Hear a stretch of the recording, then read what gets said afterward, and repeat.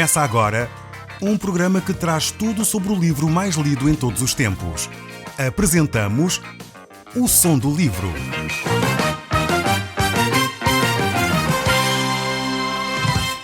Seja muito bem-vindo. Neste podcast vai encontrar o livro mais conhecido e lido em todo o mundo. Vamos levá-lo numa viagem pela história da humanidade.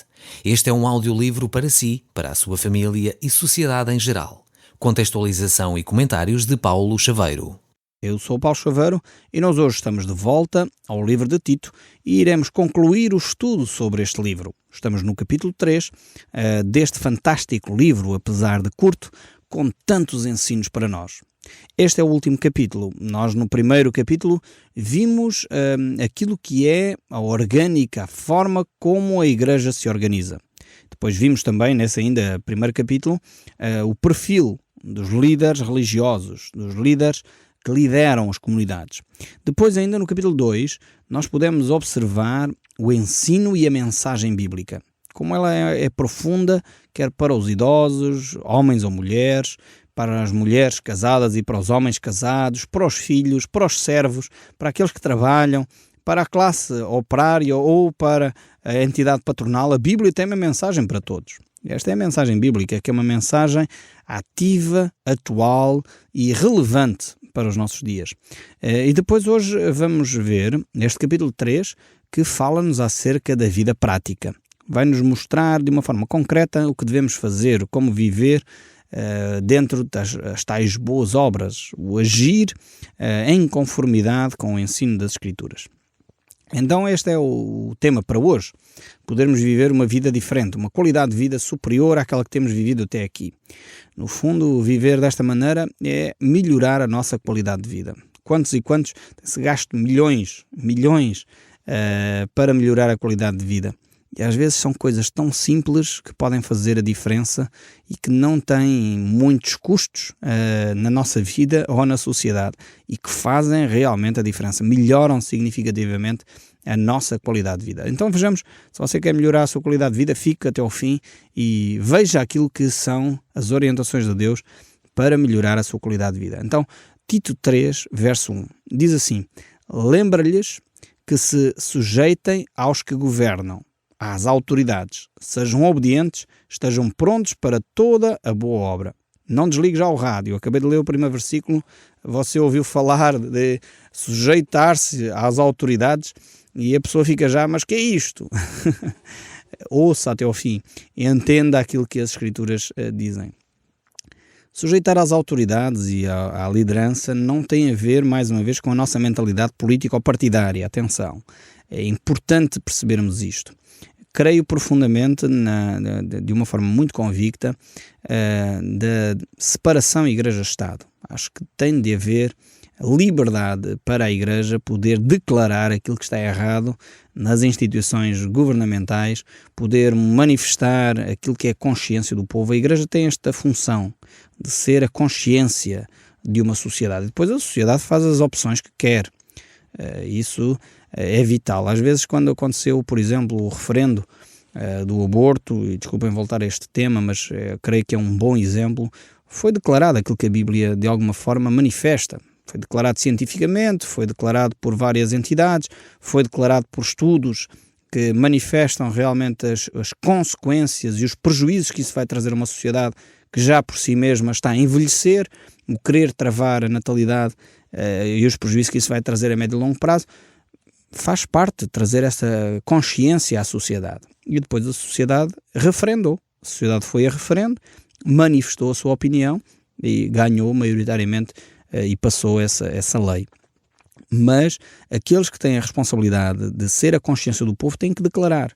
Algumas pessoas que passavam e viam que a nossa comunidade tinha-se envolvido, como é óbvio, na consciência, como consciência da sociedade, a manifestar aquilo que é na nossa consciência correto. Alguns diziam, mas a Igreja metida neste assunto. É óbvio que sim.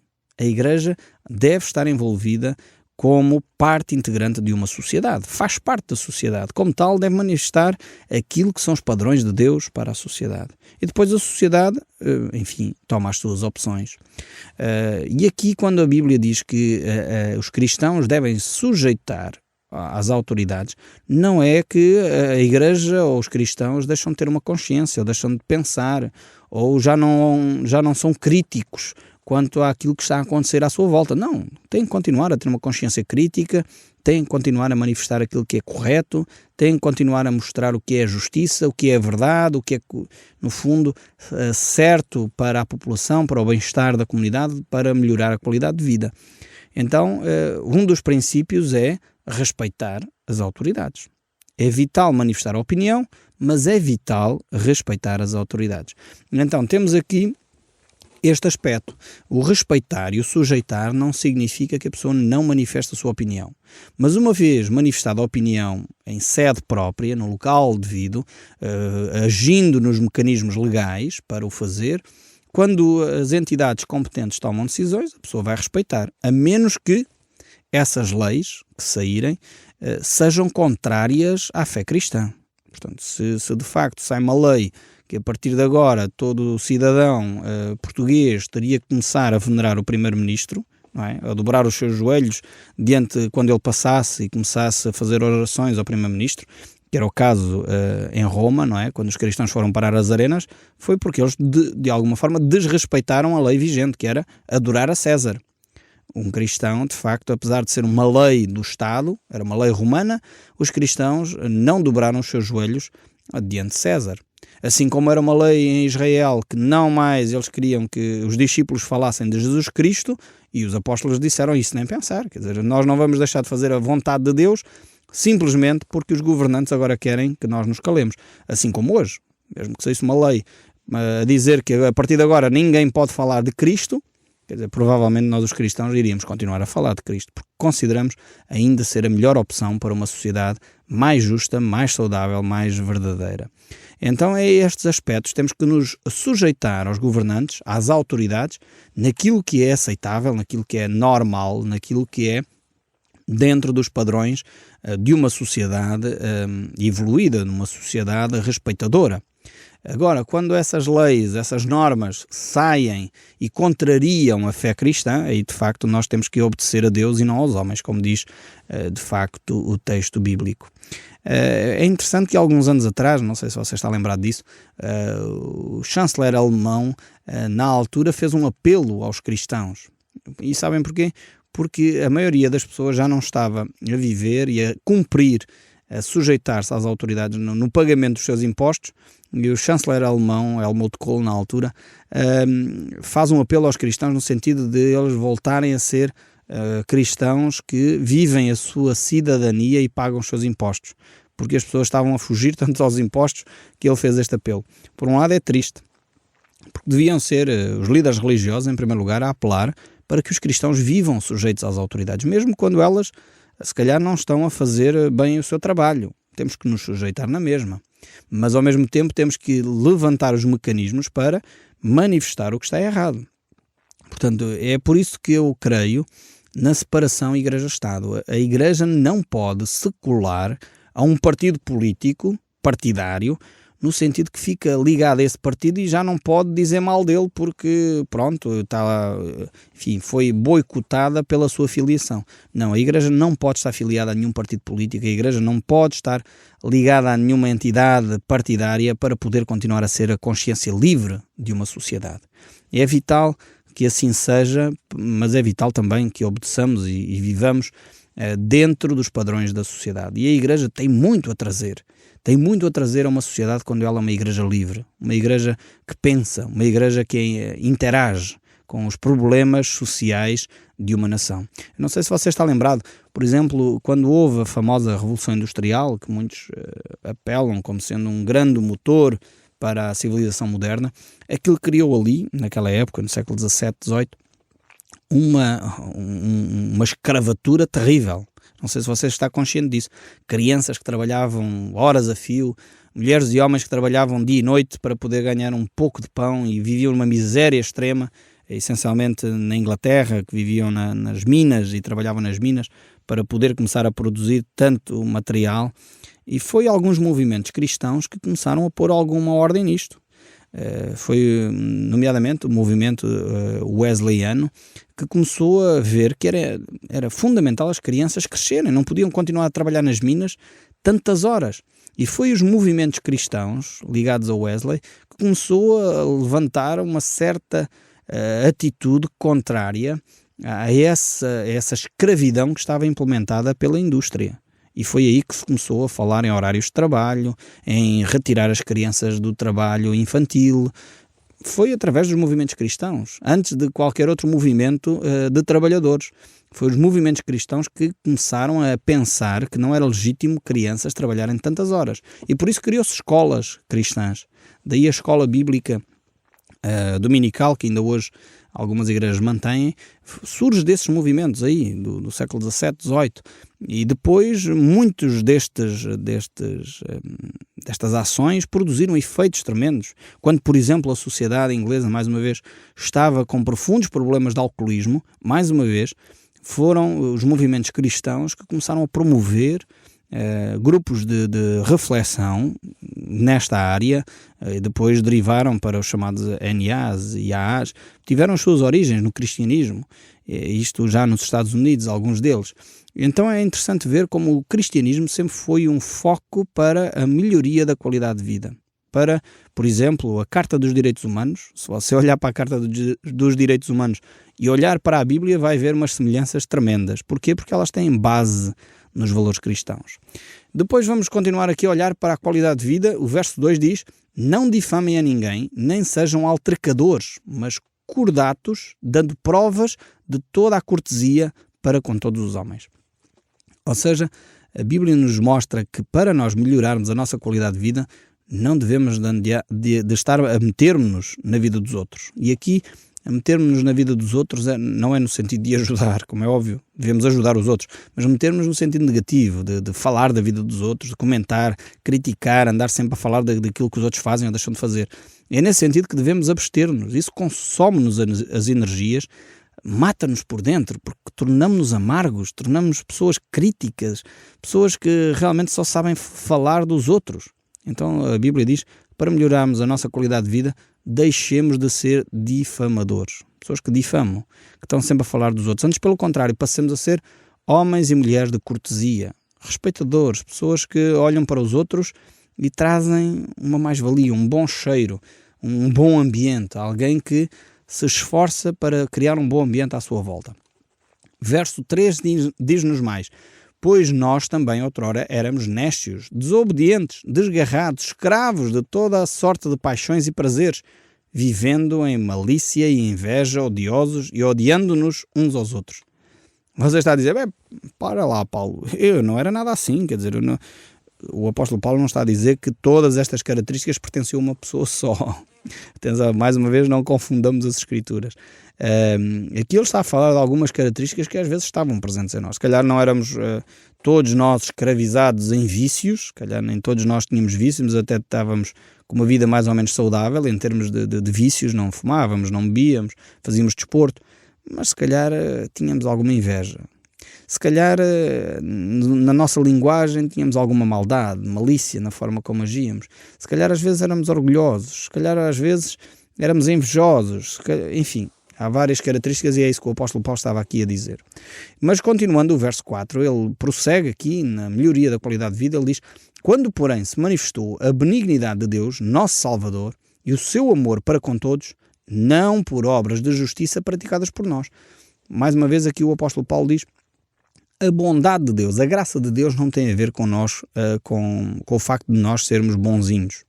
Não, tem a ver com a graça, efetivamente, com a misericórdia. Diz o texto, segue o verso 5, mas segundo a sua misericórdia, ele nos salvou mediante o lavar regenerador e renovador do Espírito Santo. Percebe aqui a diferença? Ele diz, não por obras de justiça praticadas por nós, ou seja, não passamos a ter vida eterna, salvação, comunhão com Deus por causa das nossas boas obras, mas por causa do lavar regenerador de Deus. Ou seja, a misericórdia, a graça são sinónimos que nós temos usado para explicar que é a ação de Deus em nós. E nós basicamente acolhemos esta oferta de Deus. Então, vida espiritual é muito mais o receber da parte de Deus, o estar disponível para receber da parte de Deus o que Ele tem para nos oferecer, do que um esforço tremendo que eu tenho que desenvolver para não sei o quê. Percebe a diferença? A fé é isto mesmo. É eu depositar a minha confiança que Deus é capaz, Deus vai mudar-me. Não eu que me vou esforçar muito e vou ser capaz de. Não tem a ver com obras de justiça praticadas por nós. Tem a ver com a misericórdia de Deus exercida sobre nós. Basicamente, quando você recebe um presente, pondo isto aqui noutra linguagem, talvez seja mais fácil nós compreendermos. Quando você recebe um presente, o que é que você fez para o merecer? Talvez fez anos, não é? Ou foi Natal, ou uma coisa assim do género. Mas basicamente a outra pessoa não tinha responsabilidade nenhuma em dar-lhe aquele presente. Enfim, deu porquê? Porque a ama, porque gosta de si, porque, enfim, lembrou-se de si e trouxe o presente. Basicamente o que você tem que fazer é receber e abrir e depois desfrutar desse presente. Se você recebe e põe lá na prateleira, nunca o vai abrir, nem sabe sequer o que é que esse presente é. E é disto que a Bíblia está a falar. Ou seja, a misericórdia de Deus, a graça de Deus é um presente que nós temos que abrir, temos que desfrutar. E ao partir do momento que abrimos o presente de Deus, desfrutamos do presente de Deus, então as obras de justiça vão surgir. De novo, pego naquela ilustração da macieira, não é? As obras de justiça são as maçãs e a misericórdia de Deus é a seiva que está naquela macieira que então conduz aos frutos e faz surgir os frutos. A palavra de Deus ainda nos fala aqui neste verso 5 do lavar regenerador e renovador do Espírito Santo. Jesus Cristo, quando esteve entre nós, no capítulo 3 do Evangelho de João, ele fala-nos deste lavar regenerador, ele fala-nos do batismo, fala-nos da ação que Deus tem em nós, o batismo do Espírito Santo, a ação que ele tem em nós para nos lavar. Mais uma vez é um aspecto de ordem espiritual. E o batismo físico da água, portanto este batismo da água é um simbolismo daquilo que já aconteceu, desse lavar regenerador do Espírito Santo. Portanto, nós somos batizados nas águas como símbolo de uma realidade espiritual que já aconteceu no nosso coração. Depois ainda prossegue aqui o verso 6 a dizer que ele derramou sobre nós ricamente por meio de Jesus Cristo, nosso Salvador. Este lavar regenerador, a ação do Espírito Santo, Deus derramou. Mais uma vez, é a ação de Deus, não nossa. É Deus que age. E é interessante ver como Deus age. Deus não é alguém que está a travar as bênçãos assim, vou dar a conta-gotas. Desculpem-me usar esta expressão. Deus não é um Deus sovina, espero que entendam a expressão, não me levem a mal. Não é alguém que fica com... Eu tenho aqui muitas bênçãos para dar, mas não vou dar. Não, Deus é um Deus que dá ricamente, diz aqui o texto. Ele derramou sobre nós. Já derramar tem este aspecto de abundância, não é? Derramar é uma coisa, enfim, cai sobre nós sem nós controlarmos. Depois ele dá ricamente. É um Deus que quer trazer, de facto, abundância à nossa vida. É por isso que Jesus disse uma expressão fantástica. Ele diz que Ele nos quer dar vida abundante. Ele não quer que os cristãos vivam à míngua. E aqui, quando estou a falar deste aspecto, mais uma vez, não confundamos realidades espirituais com realidades materiais. Muitas vezes nós queremos viver de uma forma abastada só em termos materiais e depois vivemos na miséria espiritual, vivemos na miséria psicológica, vivemos na miséria emocional. Somos talvez abastados em termos materiais, ricos em termos materiais e miseráveis em termos espirituais. Não pervertamos os princípios bíblicos. E infelizmente há igrejas que estão a tentar dar ênfase neste aspecto. O que importa é os bens materiais. Não confunda as coisas. Até podemos ter bens materiais, porque Deus dá, isso não é o problema de Deus. O ouro e a prata nunca foi problemas para Deus. Aliás, Jesus disse, busquai em primeiro lugar o meu reino e a minha justiça. Porquê? Porque as outras coisas eu acrescento, não há problema nenhum com isso. O comer e o beber, isso não é problema para mim. A questão essencial é a vida espiritual, é a paz interior, é a solidão que muitos sentem, que pode ser preenchido pela ação do Espírito Santo. E quando nós pervertemos isso e trocamos as bênçãos espirituais por bênçãos materiais, vivemos na miséria, ainda que tenhamos uma conta bancária cheia de dinheiro. Vivemos na miséria ainda que tenhamos um carro cheio XPTO, cheio de extras. Vivemos na miséria porque aquilo que nós temos que encontrar é a riqueza de ordem espiritual, e essa Deus tem em abundância. Ele tem ricamente para nos dar. Mas continuando aqui, não pervertamos os valores espirituais. Deixo esta recomendação porque infelizmente tem havido tantas mensagens no sentido oposto, no sentido de que temos que ter bênção material e bênção material e bênção material, como se a religião fosse a única preocupação fosse retirar os pobres da miséria. Jesus Cristo disse que os pobres sempre hão de estar no nosso meio. Mas o pior pobre é aquele que é pobre no seu interior. E não é o pobre de espírito que Jesus fala, esse é bem-aventurado. E ali, mais uma vez, aquilo tem sido muito mal interpretado, aquele texto das bênçãos, das bem-aventuranças de Jesus Cristo. Ali não está a falar de outra coisa senão a pessoa ser íntegra no seu interior, ser uma pessoa transparente, uma pessoa sincera diante de Deus. Mas voltando aqui ao texto bíblico, o verso 7 diz: a fim de que, justificados por graça, já reparou, não é justificados por obras, mas justificados por graça, nos tornemos seus herdeiros segundo a esperança da vida eterna. Fiel é esta palavra, e quero que no tocante a estas coisas faças afirmações, confiadamente, para que os que têm crido em Deus sejam solícitos na prática de boas obras. Estas coisas são excelentes e proveitosas ao homem. Vejam bem, aqui o apóstolo Paulo põe as coisas no seu devido lugar. Primeiro somos justificados por graça, não por obras. Mas somos justificados por graça para viver as boas obras, para praticar as boas obras. Então não podemos pôr a carroça à frente dos bois, usando uma linguagem popular. Ou seja, primeiro tem que acontecer a realidade espiritual no nosso coração e as obras são a consequência. Uma pessoa que vive na graça tem de ter obras obrigatoriamente, boas obras obrigatoriamente. O contrário já não é necessariamente verdade. Verso 9 ainda diz: evita discussões insensatas, genealogias, contendas e debates sobre a lei, porque não têm utilidade e são fúteis. Grandes debates sobre se a Bíblia tem uma vírgula não sei onde, grandes debates se Davi é filho de não sei quem, se Salomão foi filho de A, B ou C, se Jesus Cristo nasceu desta linhagem, daquela linhagem. O que é que evita esse tipo de discussões? E infelizmente hoje a imprensa tem alimentado este tipo de debates. A Bíblia diz: cristãos, tomem atenção, não se metam nessas guerras, isso não leva a lado nenhum. Verso 10 diz: evita o homem faccioso, depois de admoestá-lo primeira e segunda vez, pois sabes que tal pessoa está pervertida e vive em pecado, e por isso mesmo está condenada. Mais um desafio para não nos envolvermos em discussões que não conduzem a nada. Mas ao mesmo tempo diz que nós devemos de avisá-lo uma ou duas vezes, e depois acabou a nossa tarefa. E evitar é a melhor arma para continuarmos a não gastar as nossas energias inutilmente. O Som do Livro, uma produção da Rádio Transmundial de Portugal.